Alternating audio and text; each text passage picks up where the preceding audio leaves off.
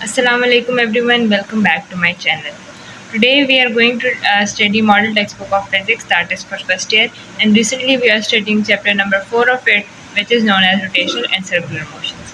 इससे पहले जो हम लोग 4.1 टॉपिक डिस्कवर कर चुके हैं, जिसके अंदर हमने रोटेशनल काइनेमेटिक्स के बारे में डिस्कस किया था कि angular displacement, angular acceleration, angular velocity क्या होती है।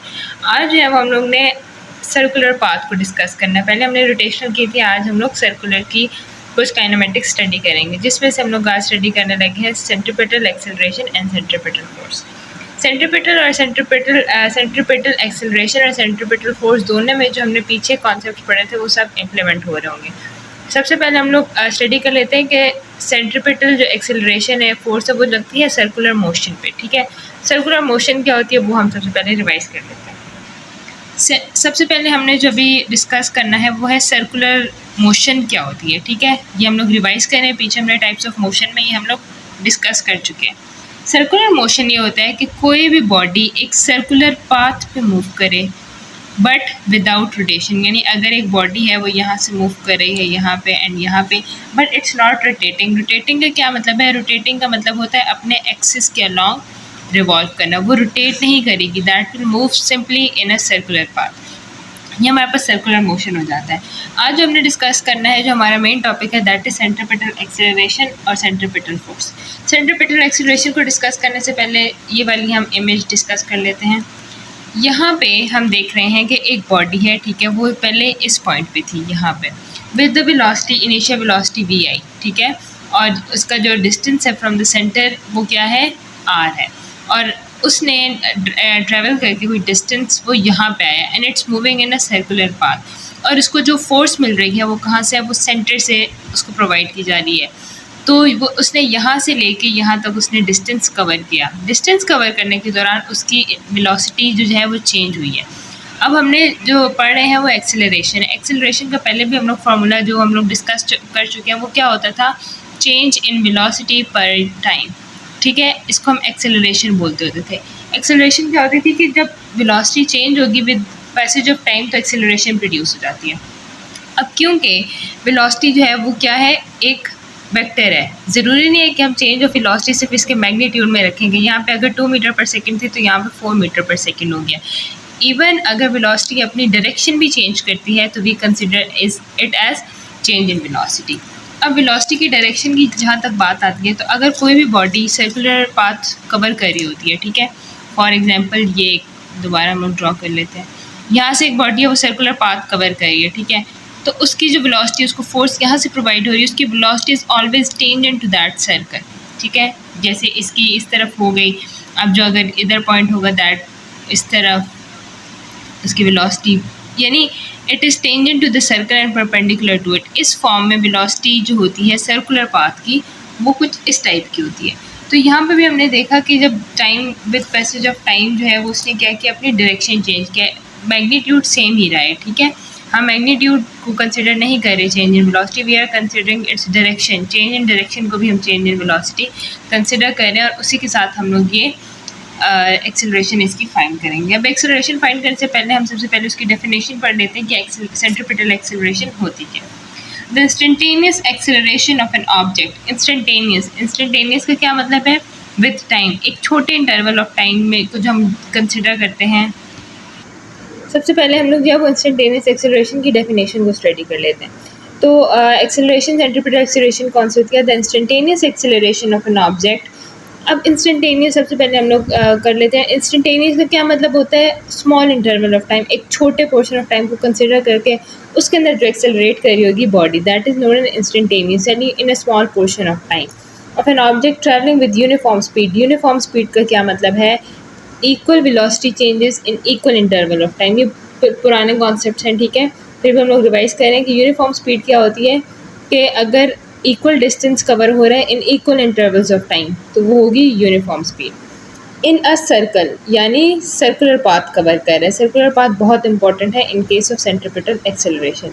Is directed toward the centre of the circle. जो एक्सेलरेशन होगी that is always directed toward the centre of the circle, क्योंकि यहाँ से वो प्रोवाइड हो रही है, and velocity is tangent to that circular path. ठीक है, इन दोनों में कंफ्यूज नहीं होना। Acceleration is directed towards the centre and velocity is directed toward perpendicular to the acceleration and is tangent to that circular path and is known as centripetal acceleration. ये सारी जो है हमने डिस्कस की है कि यूनिफॉर्म वेलोसिटी होगी और इंस्टेंटेनियस एक्सेलरेशन हम लोग उसको कंसिडर करेंगे, तो that would be known as centripetal acceleration.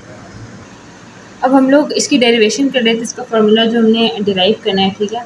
तो उसके लिए हमने ये एक बनाई है इमेज जो कि है 4.9 की ए ऑन बुक, ठीक है। बुक पे भी ये है 4.9 फिगर 4.9 का ए पार्ट। अब यहाँ पे जो है वो हमने क्या कंसिडर किया, we are considering a body, ठीक है, जो कि टी टाइम में जो है वो ट्रैवल कर रही है एंड इनिशियल वेलोसिटी उसकी वी आई थी, ठीक है। उसके साथ वो पॉइंट ए पे थी, ठीक है, उसके साथ पॉइंट ए पे थी एंड विद टाइम जैसे ही टाइम थोड़ा सा पास हुआ, ठीक है, तो इसकी वेलोसिटी वी आई से वी एफ चेंज हो गई है from point A to B, यानी ए टू बी उसने मूव किया है ऑन अ सर्कुलर पाथ। पहले उसकी इनिशियल वेलोसिटी वी आई थी और बाद में उसकी इनिशियल वेलोसिटी वी एफ हो गई है। इस टाइम पे वी आई के टाइम पे इसका टाइम हम लेंगे टी आई इनिशियल टी, ठीक है, और वी एफ का जो होगा वो क्या होगा, टी एफ, उसको हम कंसिडर करेंगे। अब यूनिफॉर्म सर्कुलर मोशन है, ये हमने पहले ही डेफिनेशन में बात कर चुके थे कि ये यूनिफॉर्म सर्कुलर मोशन है। तो यूनिफॉर्म का क्या मतलब है कि जो वेलोसिटीज़ हैं वी आई और V F, they differ only in direction, इनकी सिर्फ डायरेक्शन चेंज होगी, इनका मैग्नीट्यूड चेंज नहीं होगा। मैग्नीट्यूड जो है वो इनका क्या होगा, सेम होगा, ये सेम रहेगा मैग्नीट्यूड, और जो इनकी डायरेक्शन है वो क्या हो जाएगी, दैट वुड डिफर। तो चेंज इन वेलोसिटी तो आया है not in magnitude but in direction, ठीक है। तो हम लोग जो है वो क्योंकि मैग्नीट्यूड में चेंज नहीं आया तो हम लोग इसको लिख लेंगे जो वेलोसिटी है और इसकी ये लगाते हैं हम लोग मॉड्यूलस। मॉड्यूलस का क्या मतलब होता है, इसका मैग्नीट्यूड। तो इनके जो मैग्नीट्यूड हैं वो सबके v के इक्वल हमने रखी है, ठीक है, क्योंकि मैग्नीट्यूड तो चेंज नहीं हुआ, डायरेक्शन चेंज हुई है, तो उसको हम चेंज ऑफ वेलोसिटी कंसिडर करेंगे, ठीक है। अगर हम इसको जो है वो हेड टू टेल रूल के ज़रिए भी सॉल्व करें इन दोनों वेक्टर्स ये वाले, ठीक है, जो वेलोसिटी के वेक्टर्स हैं, तो वी गेट डेल्टा वी यानी चेंज इन वेलोसिटी, वो कैसे आ गई है वो हम लोग वहाँ से भी निकाल सकते हैं। अब हमने क्या किया, हमारे पास पता है, हमारे पास एक फार्मूला होता है चेंज इन वेलोसिटी का, क्या होता है, वी एफ माइनस वी आई, ठीक है। हमने क्या फाइंड करना है, हमने फाइनल वेलोसिटी, तो हम क्या कर देंगे इसको V I plus del V, ये यहाँ पे चला जाएगा, ये हमने इसको ऑर्गेनाइज कर लिया। अब जो थीटा है, ठीक है, यहाँ पे देख लेते हैं जो एंगल थीटा है, ठीक है, वो क्या है, दो पोजीशन वेक्टर्स, ये दो पोजीशन वेक्टर्स हैं r1 और r2, इन दोनों के दरमियान है। अब इन दोनों की जो वेलोसिटी है वो चेंज हो रही है in direction not in magnitude. तो इसका क्या मतलब है, क्योंकि वेलोसिटी वेक्टर परपेंडिकुलर है पोजीशन वेक्टर के, देखिए जो वेलोसिटी है that is perpendicular to this position vector. यहाँ पे जो थीटा है, this is the theta between two position vectors. तो जो वेलोसिटी के दरमियान जो एंगल बनेगा वो भी सेम होगा, क्यों, क्योंकि दीज वेक्टर्स जो वेलोसिटी के वेक्टर्स हैं they're perpendicular to the position vectors are, तो इसलिए जो delta theta that would be theta, यानी चेंज इन थीटा सेम ही रहेगा। तो इससे क्या होगा, हमें एक रिलेशन लिखने को हम लिख सकते हैं कि जो डेल वी बाई वी है, ठीक है, चेंज इन वेलोसिटी, वो किसकी इक्वल आ जाएगा, चेंज इन रेडियस, ये जो भी हमने डिस्टेंस लिया हुआ है, ठीक है। अब ये जो है रेडियस ऑफ अ सर्कल है, सेम सर्कल है, ये भी चेंज नहीं हो रहा और वी भी चेंज नहीं हो रही। तो यहाँ पे हम लोग लिख सकते हैं कि जो आर आई उसका मैग्नीट्यूड किसकी इक्वल है, आर एफ के, and its whole is equals to are.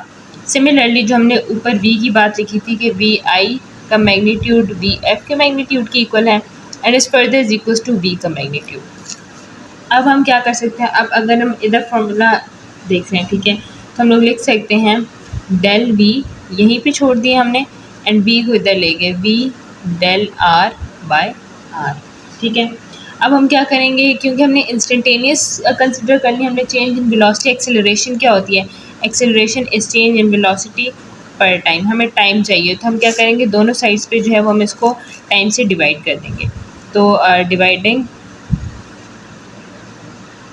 Both sides, जो दोनों साइड्स हैं उनको हम किससे डिवाइड कर देंगे, डेल्टा टी से। डेल्टा टी से डिवाइड करने के बाद इस साइड पे हमारे पास बन जाएगा del V by del T, और यहाँ पे हमारे पास बन जाएगा वी बाय आर, इसको इस साइड पे लिखेंगे, and del R by delta T, ठीक हो गया। अब जो है वो हम इंस्टेंटेनियस वेलोसिटी, जैसे मैं बुक में है वो लिमिट टर्नल लगाई हुई इंस्टेंटेनियस कंसिडर करें, तो उसमें क्या होता है अगर पॉइंट ए और पॉइंट बी इतना करीब आ जाता है, हम इमेजिन करते हैं कि पॉइंट बी और पॉइंट बी जो है वो इतना करीब आ जाते हैं कि हम उनको एक्सट्रीमली क्लोज कंसिडर करते हैं, तो उसमें क्या होगा, डेल्टा टी जो है वो अप्रोचेस टू ज़ीरो हो जाएगा, और इस टाइम पे जो एक्सेलरेशन होगी that would B instantaneous acceleration. तो ये जो है ये तो एक्सेलरेशन है, क्योंकि change in velocity per unit time जो हमारे पास एक्सेलरेशन बन गई है, ठीक है। और v बाय आर हम लोग एज इट इज़ लिख लेंगे, और del R by del T change in distance per time, ठीक है, ये किसकी इक्वल हो जाता है, this is equals to v। ये भी हमें पता है क्योंकि r यहाँ पे डिस्टेंस है कि उसने कितना डिस्टेंस कवर करा है। तो हमारे पास ये एक रिलेशन बन गया। इसको अब हम अगर फर्दर सॉल्व करें तो this becomes a is equals to v square by R. हमारे पास ये इसका फॉर्मूला डिराइव हो गया, A is equals to V square by R. अब हम इसको अगर वेक्टर फॉर्म में लिखें तो ये सेंट्रीपिटल एक्सेलरेशन है, ठीक है, वेक्टर फॉर्म इसको कर देते हैं, तो ये क्या बन जाएगी, वी स्क्वायर बाय आर, और इसका वेक्टर जो भी होगा आर वेक्टर हम लोग कंसिडर कर होते हैं। तो जो एक सेंट्रीपिटल एक्सेलरेशन है that is always directed toward the centre of the circle, और जो रेडियस है that is directed outward of the circle, क्योंकि हमने देखे, दोबारा इमेज बना लेते हैं, जो रेडियस है दैट इज़ डायरेक्टेड आउटवर्ड, ठीक है, और जो एक्सेलरेशन जो भी प्रोड्यूस होगी that is always directed towards the centre of the circle. तो इन दोनों की जो डायरेक्शन है वो क्या हो जाती है, रिवर्स हो जाती है, यानी एक दोनों से ऑपोजिट है। तो भी हम क्या करेंगे, इसके साथ एक नेगेटिव का साइन इंक्लूड कर देंगे, तो ये हो जाएगा A C is equals to negative V square by R. इसको हम लगा देते हैं वेक्टर फॉर्म, ठीक है। अब ये हमारे पास है लीनियर की फॉर्म में आ गया। अब हम अगर इसको एंगुलर एक्सेलरेशन की फॉर्म में करना चाहें, ठीक है, एक्सप्रेस, तो हमने पीछे डिराइव किया था v इज इक्वल्स टू क्या होता है, आर ओमेगा होता है, जहाँ पे ये क्या हो जाती है सेंटर एंगुलर वेलोसिटी और ये लीनियर वेलोसिटी। तो हम v की जगह क्या लिख सकते हैं, आर ओमेगा। तो A C is equals to R omega whole square by R, ठीक है, A C is equals to R square omega square by R, और हम लोग इस आर कैंसिल हो गया, this becomes acceleration is equals to R omega square. ये हमारे पास बन गया नेगेटिव आर ओमेगा स्क्वायर, यहाँ पे सबके साथ नेगेटिव आ गया था। आर ओमेगा स्क्वायर ये हमारे पास किस फॉर्म में आ गया, ये हमारे पास एंगुलर काइनेमेटिक्स की फॉर्म में सेंट्रीपिटल एक्सेलरेशन आ गया। और अगर हम इसको फर्दर वेक्टर फॉर्म में लिखना चाहें तो वो भी हम लोग लिख सकते हैं, माइनस आर ओमेगा स्क्वायर और साथ में आर का वेक्टर। अब बुक्स हम लोग देख लेते हैं, यही जो हमने सारी डेरिवेशन किया एट द एंड जो है वो हमारे पास लीनियर जो आई है that is V square by R, और अगर हम उसको एंगुलर में एक्सप्रेस करें तो that become negative R omega square. अब ये जो स्टेटमेंट लिखी है ये इंपॉर्टेंट है, इसको एक दफ़ा डिस्कस कर लेते हैं। That is according to the Newton second law of object, ठीक है, if an object is accelerating must have net force acting on it. अगर कोई बॉडी एक्सेलरेट कर रही है तो there must be any force that is acting on it in order to move, ताकि वो अपनी एक्सेलरेशन को कंटिन्यू कर सकें। For example, to open a door force must be applied to produce टेंजेंटल acceleration. अब अगर हम एक्सेलरेशन प्रोड्यूस करनी है एक डोर में तो we have to apply a force, ठीक है, वो खुद से नहीं होगा, we have to apply an external force in order to accelerate it and keep creating torque. Torque produce करने के लिए हमें क्या करना पड़ता है, फोर्स अप्लाई करनी पड़ती है।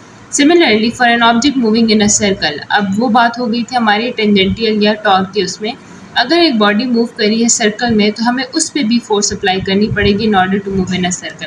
वो खुद ब खुद नहीं अप्लाई होगी और वो फोर्स हमेशा सेंटर से प्रोवाइड की जाती है। तो वो फोर्स हमें सेंटर से प्रोवाइड की जाती है and it help to move the body in a circular path, so thereby giving the necessary acceleration। जब हम उसको फोर्स प्रोवाइड करेंगे तो वो फोर्स हमें रिजल्टेंटली क्या प्रोवाइड करेगी, सेंट्रीपिटल एक्सेलरेशन। सो इसी के साथ हमारा सेंट्रीपिटल एक्सेलरेशन क्लियर हो गया था। नेक्स्ट इज सेंट्रीपिटल फोर्स, क्योंकि हमने पढ़ लिया है कि अगर हम एक बॉडी को सेंट्रीपिटल एक्सेलरेशन प्रोवाइड करना चाहते हैं we must apply some force to it. तो उस फोर्स को हम कौन सा नाम दे रहे हैं, सेंट्रीपिटल फोर्स। डेफिनेशन देख लेते हैं। The net force that causes the particle to undergo centripetal acceleration is known as centripetal force. वो फोर्स जो कि एक पार्टिकल या एक बॉडी को मूव करती है सेंट्रीपिटल एक्सेलरेशन प्रोड्यूस करने के लिए, that is known as centripetal force. तो यहाँ पे जो है वो second law of motion apply होगा, that is Newton second law, ठीक है, जिसमें क्या है कि moving in a uniform circular motion, तो उसके लिए हमारे पास है F is equals to M A. अब F भी हमें पता है, M भी हमें पता है, A हमने ऊपर फाइंड कर लिया है, तो इसको अब हम लोग पेज पे सॉल्व कर लेते हैं और हमने आखिर में डिराइव करनी है ये equation of force, that is centripetal force. अब हम लोग जो है वो इसकी डेरिवेशन कर देते हैं। सेंट्रीपिटल फोर्स की सेकंड लॉ ऑफ मोशन से हमने लिखी है F C is equals to M A. अब M एज इट इज़ है, हमें एक्सेलरेशन सेंट्रीपिटल एक्सेलरेशन पता है जो कि ये है, इसकी वैल्यू अगर हम लोग पुट कर लें तो एफ सी क्या बन जाएगा, M V square by R, और नेगेटिव साइन भी ये हमारे पास लीनियर के टर्म में आ गया। और अगर हम इसको एंगुलर काइनेमेटिक्स के टर्म में लिखें तो हमारे पास एफ सी क्या बन जाएगा, एम ए हमारे पास क्या था, नेगेटिव आर ओमेगा स्क्वायर। तो ये हमारे पास दोनों फॉर्म्स बन गई हैं जो फॉर्म भी हम यूज़ करना चाहें। और अगर हम इसको वेक्टर फॉर्म में लिखना चाहें तो हम लोग लिख सकते हैं एफ सी, ठीक है, वेक्टर की फॉर्म में this becomes negative M V square by R का R vector and similarly F C negative M R omega square का आर वेक्टर। अब हमने इसकी जो है फार्मूला डिराइव कर ली है, ये लीनियर के टर्म में और ये एंगुलर काइनेमेटिक्स की। तो अब आगे हम लोग देख लेते हैं the direction of the centripetal force. Direction के बारे में बात की जा रही है सेंट्रीपिटल फोर्स की, that is always directed towards the centre of the circle. जो फोर्स हम लोग अप्लाई करें that is always directed towards the centre of the circle, और वो कॉन्टीन्यूसली चेंज हो रही होती है। That force is always changing, क्यों, क्योंकि फिर उसने एक्सेलरेशन प्रोवाइड करनी होती है। Centripetal force is not a new force, ये कोई न्यू फोर्स नहीं है, this is a net force जो कि बॉडी के ऊपर एक्ट करती है ताकि वो सिंपल सर्कुलर पाथ कवर कर सके, ठीक है। But any net force that make object towards the center of the circle but termed as centripetal force, same force है but it makes the body to move towards the center of the circle, ठीक है। इसको हम क्या नाम दे देते हैं, centripetal force। Example देख लेते हैं, for example to swing a ball in a circle end of a string. अगर हम एक सर्कल को है वो बॉल को मूव करें इन अ सर्कल और सेंटर से हमने उसकी जो है स्ट्रिंग कनेक्ट की हुई है, तो दैट इज फोर्स प्रोवाइडिंग, वो स्ट्रिंग उसको फोर्स प्रोवाइड कर रही होती है। The tension in the string act as centripetal force, वो जो टेंशन होती है स्ट्रिंग में वो सेंट्रीपिटल फोर्स होती है। जैसे ही वो स्ट्रिंग टूटेगी that ball will go out of the circular path. For a moon revolving around the earth, the planet revolving around the sun, gravity is the centripetal force.